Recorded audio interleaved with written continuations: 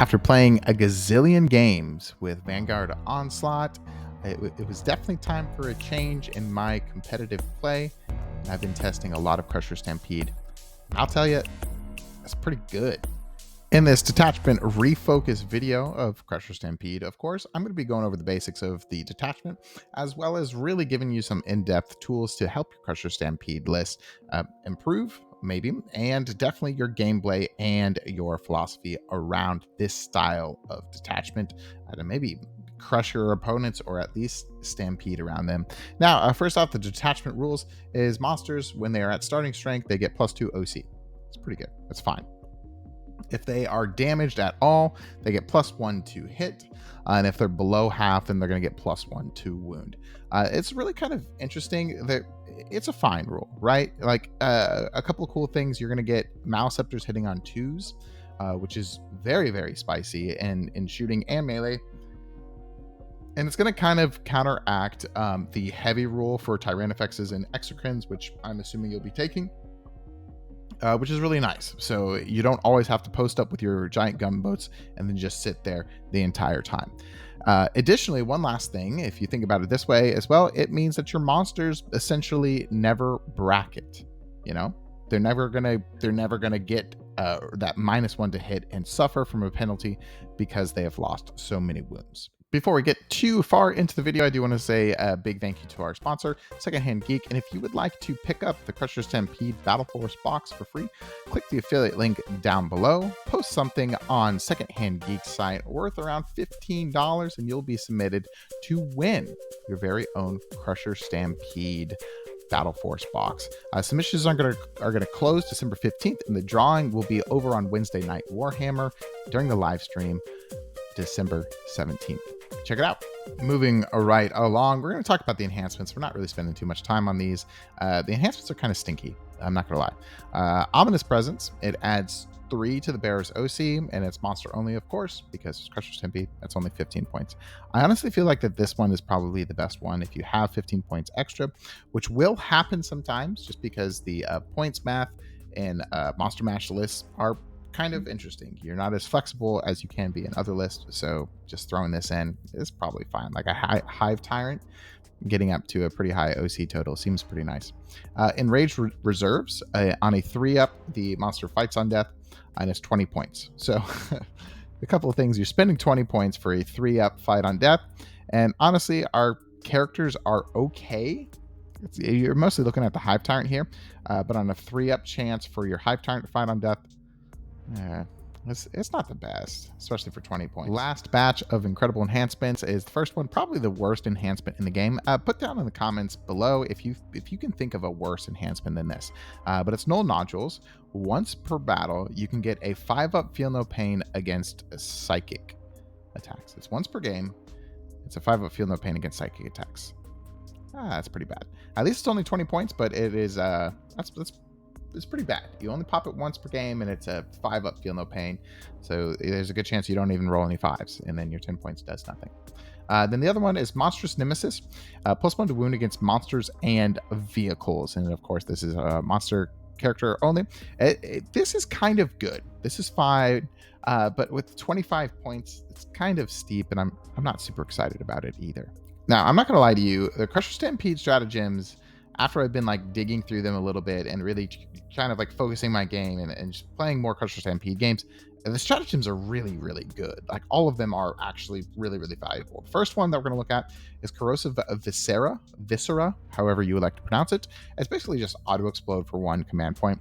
I've played multiple games against Drukhari where I had a Norn Emissary sitting on a point, and he sends 5 units, I kid you not, to just try and take down this Norn Emissary. They finally take down the Norn Emissary, 1 CP, auto explode, and then every single unit that is circled around the Norn takes D6 damage. So it had the potential to kill like a lot of that, and it did. I think it killed like a wounded raider, some other squads and stuff. It's very powerful, especially when you combo it up with any of our monsters that deadly demise D6, so like the Tyrannifex and Norn Emissary, very good target. Rampaging Monstrosities, reroll all hits in the fight phase, 1 CP. It's fine. That's good. You know, if you really have a nail biting activation that you want to make sure that you get. This is pretty good on Harspexes if you're including them, just because of the number of attacks. It's good. It's fine for 1 CP. It would be cool if we could get like 2 monsters or something, but you know, I'm just asking for Tyranids to be buffed all the time. This stratagem coming up is actually a sleeper, in my opinion. I think Savage Roar is one of the best stratagems in this detachment. This is in the fight phase. It is after you're selected as an attack, and then you spend the CP. That unit automatically gets -1 to hit. And then they take a battle shock. If they fail it, then they're also -1 to wound. So it could be back breaking. And I'll let you know. -1 to hit is actually a pretty powerful buff because there's only so many pips on a dice, right? So if you just take one of those pips away, say you're not allowed to hit on that pip, it's pretty good. It's not bad. Untrammeled Ferocity is our next stratagem. This is one of the stratagems that was quote unquote fixed or upgraded in like 2 or 3 balanced data slates ago. It's the Kool-Aid Man strat. You know, you can just go through walls with your monsters and have a good time, and then you roll a d6 after you go through the wall. On a 1, then you are battle shocked. I still think that this is a very interesting rule. Why don't you just have us take a battle shock check? I guess actually, if you think about it percentage wise, well, not if you're synapse. Anyways, it's really good. It allows you to stage your monsters in a way that you obviously would not be able to. I've gotten some really goofy angles by like putting my Tyrannifex completely inside of a building, and then just 1 CP, it's just going to hop over the building, get a really good angle on something, and then profit. You know, it's just good. It's also really important if you're running a list with triple Norn Emissary, because you really want your Norns to be able to get onto those objectives as soon as possible, and it definitely opens up your lanes of movement in a way where your monsters would just be stuck.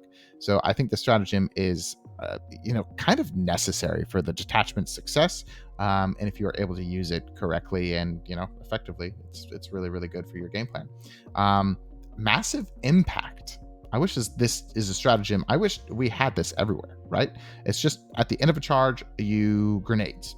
So you roll 6 dice on a 4-up.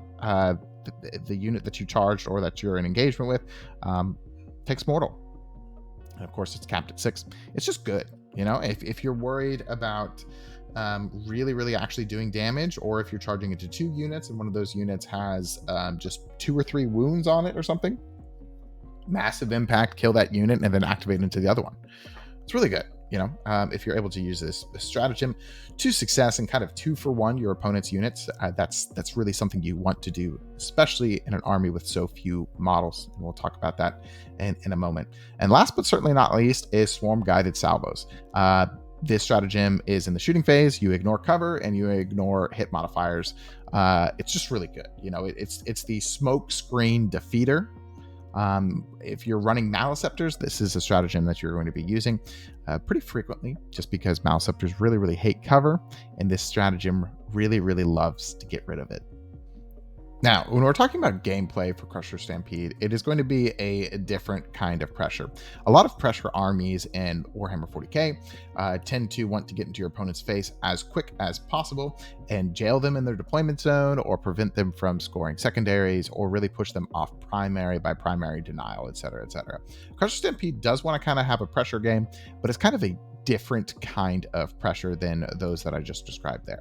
And Crusher Stampede, you really, really want to pressure and push for your primary total to, of course, be higher than your opponent's.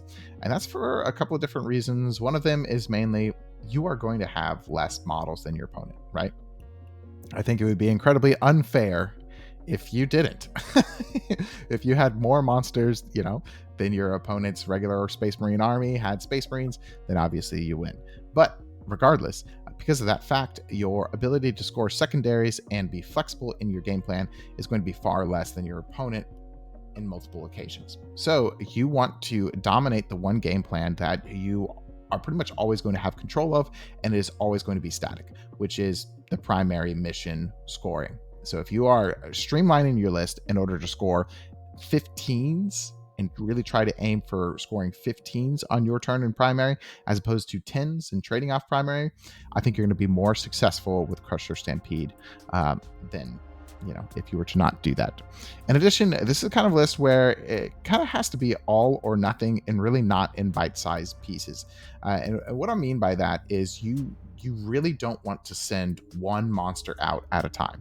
Then your opponent's just going to be like, okay, all of my anti-tank guns are pointed at that monster. We're going to delete that monster and then just wait until the next monster is sent out. Because then you are putting your bugs on a conveyor belt of death. It will not be good for them. Really, what I mean by all or nothing is if you really are scared of something and you don't want to poke out yet, and you can stage in a way your monsters can all go at once, then maybe scoot up just a little bit. Don't go out to the open, and then wait for the opportune moment and then go out.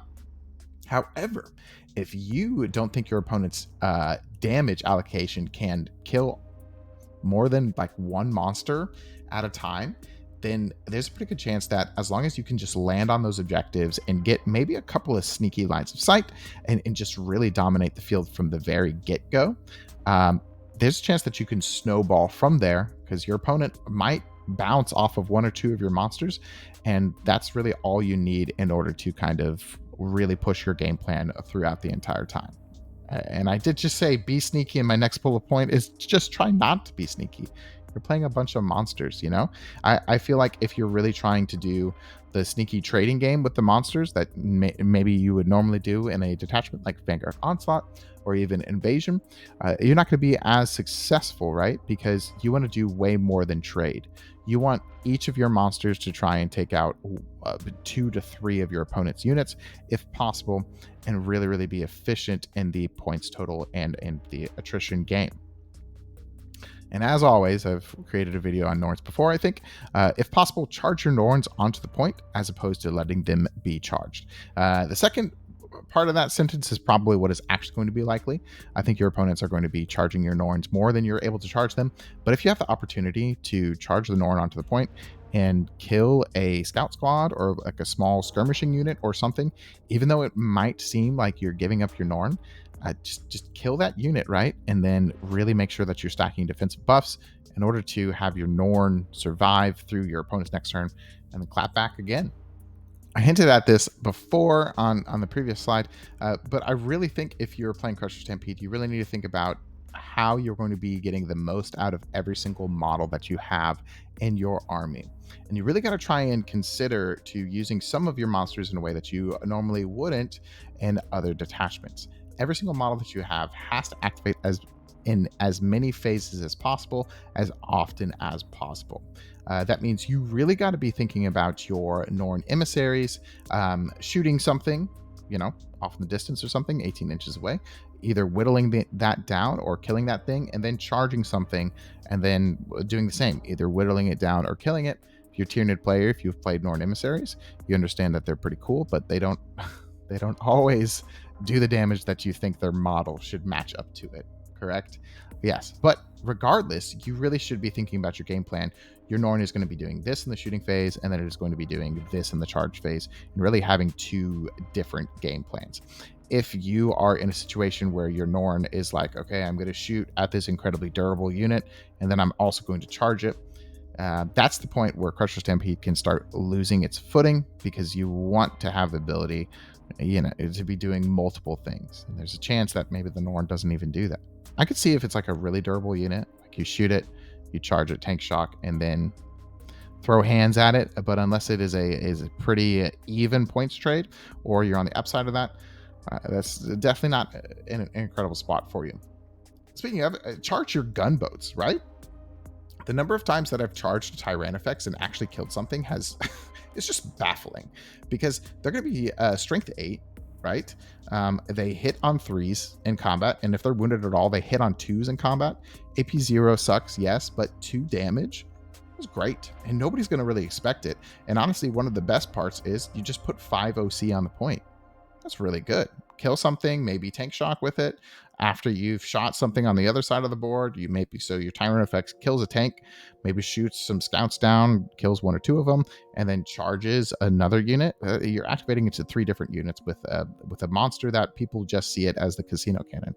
If you're able to do that, that's really, really effective. And this detachment does give you the tools for stuff like that, like massive impact. Charging into, I spoke on this before, if you're charging 2 units, one of them is already a little bit weak, maybe use your massive impact to completely kill off that unit and then put all of your attacks into the other one. It's a very effective strategy. And the anecdote that I detailed before with the Norn Emissary versus a bunch of Drakari, auto explode. It's a really, really, really strong ability, especially with all the monsters we have access to that have D6 deadly demise. That can be crippling for your opponent. Absolutely crippling.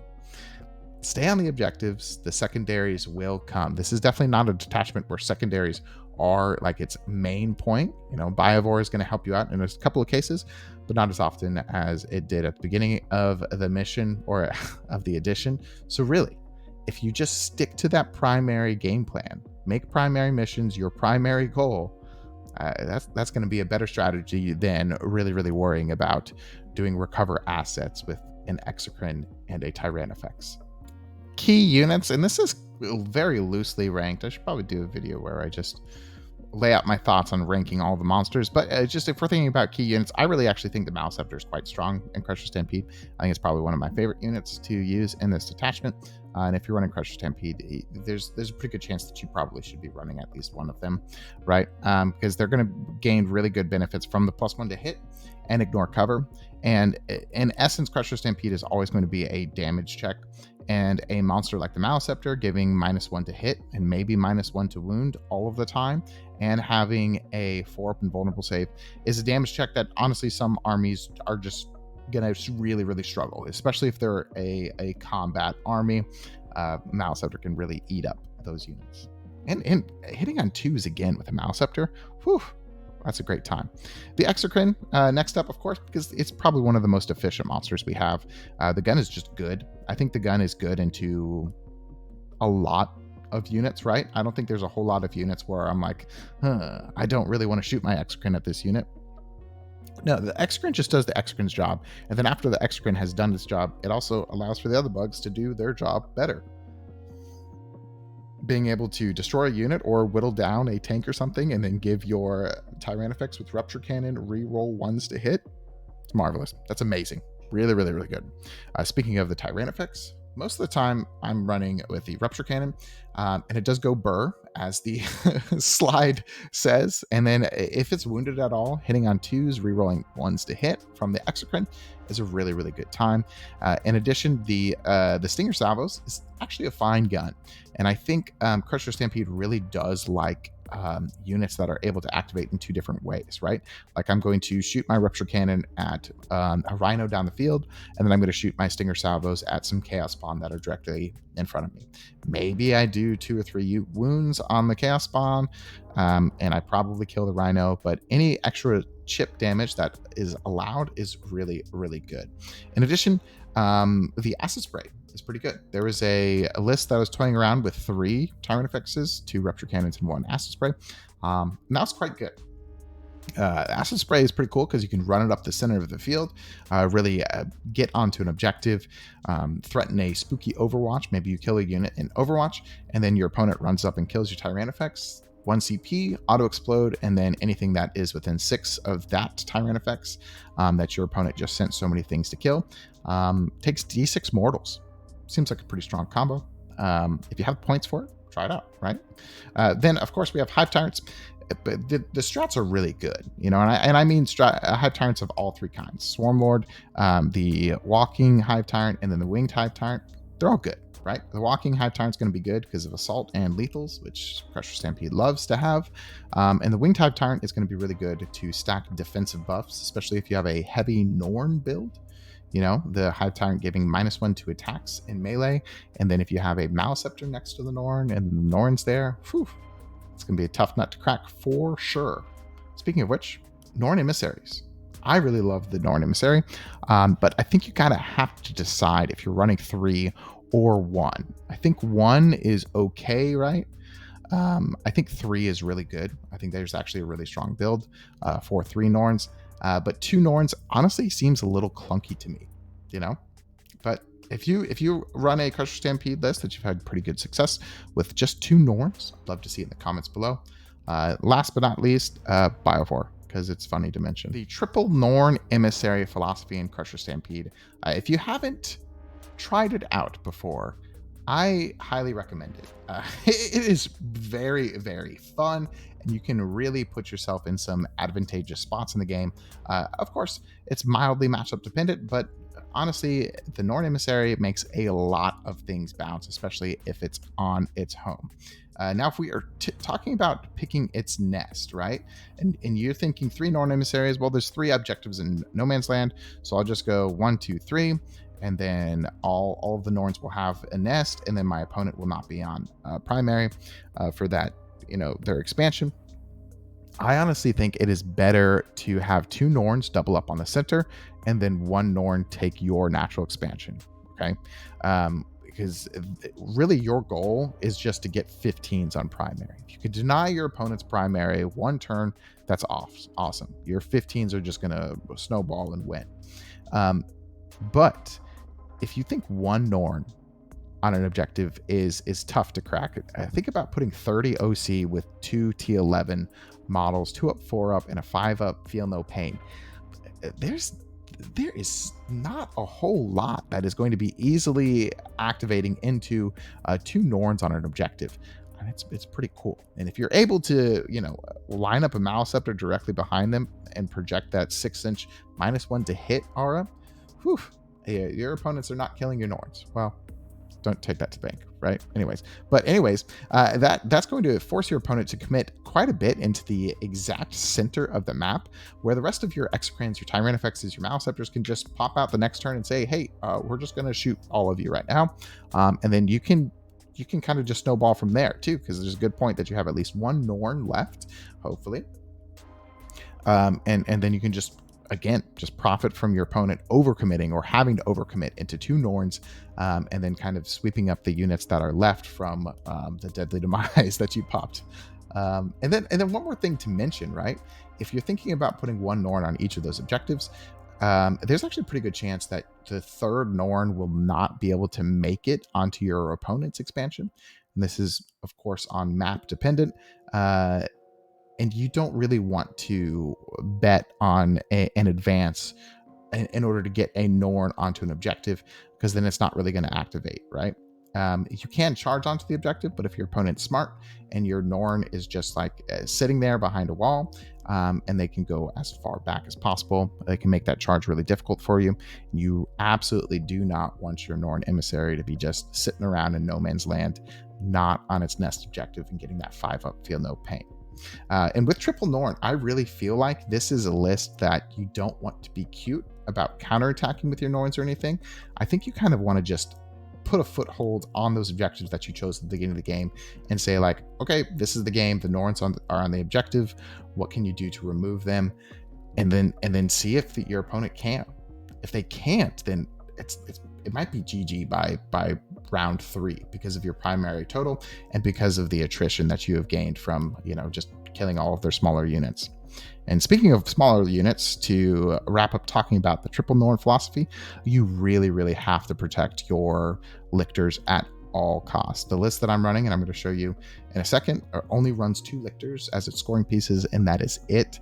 And you just got to baby them, because you really want them to be able to do some maybe a sabotage, maybe a recover assets, etc. You just want to have those free moving units help your game plan. Protect them. Now, I had been looking and I had been designing a triple Norn list for Crusher Stampede for quite some time and trying to make it work. And I really hadn't cracked the code. And then I saw this list that Tyler took to a GT and went 5-0 with it. And this is Crusher Stampede. So Tyler, of course, congrats on your 5-0 and congrats on writing an incredible list. I've been running it for a handful of games now, and it's been great fun, and it works very, very, very well. He has in characters a Hive Tyrant with the Bone Sword of Venom Cannon, I'll be honest, I've been running both melee. I might try the Venom Cannon just to see about giving some additional shots, just some chip damage here or there. But traditionally, I do like the melee. Like I could definitely see why the Heavy Venom Cannon is good in this list because you have so few activations, right? And then in our other data sheets, you have a Biovore, 2 Exocrines, 2 Lictors, 1 Maleceptor. And that was the thing that I was kind of hung up on because I wanted to have 2 Maleceptors in the list that I was making. But I saw that Tyler had great success with only 1 Maleceptor. So, I decided why not? I'll try it too. And it's been really good. And then 3 Norn Emissaries, of course, because that's kind of what you're doing with this list. And then rounding it up is 2 Tyranifexes with Rupture Cannons. Tyler, if you see this video, dude, good job. Let me know in the comments below. It has been a blast to play with, and I honestly think that this is a very, very competitive list. And if you can play it well, you can be pretty successful with it. All right, everybody, that is it for today's video. Thank you so much for watching and all the support that you've gained to the channel. Definitely hit that affiliate link down below. Enter that giveaway for a Crusher Stampede box. You won't regret it. It's a pretty cool giveaway, and Secondhand Geek is a great platform to sell your minis you're not using. I'll be playing the Triple Norn list that you saw right there on stream this Wednesday over at Wednesday Night Warhammer. So please check it out. It's going to be a great time, and I hope to see you there. Bye.